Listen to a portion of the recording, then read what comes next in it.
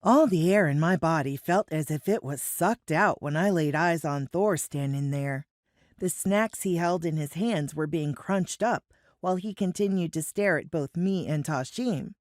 I tried to get up and walk over to him, yet my feet were stuck right in place. Tasheem had this cocky smirk fixed on his face as he looked over his shoulder at Thor. I couldn't figure out Thor's face because it was one I'd never seen before. He looked angry mixed with hurt as he turned his back. It was then that I noticed that Milli was sitting at a table with the man he resembled.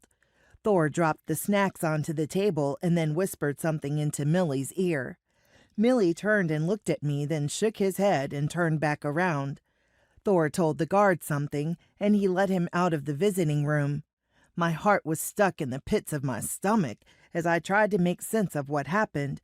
This wasn't what it looked like, and I needed to explain this to him. Thor needed to know that I didn't go back to Tasheem.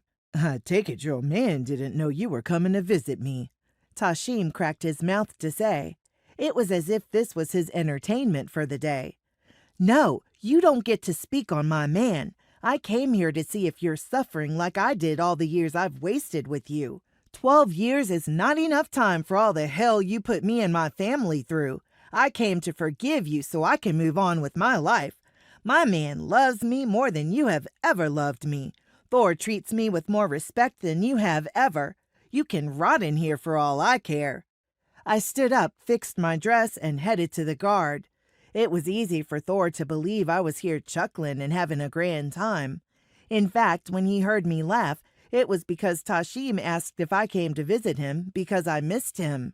It was so funny how delusional he was. Here he was sitting in prison after taking a plea of 12 years for breaking into my apartment and nearly killing my cousin, and he thought I was coming to visit because I missed him. When he reached out through mail, I crumbled the letter and tossed it to the bottom of my purse.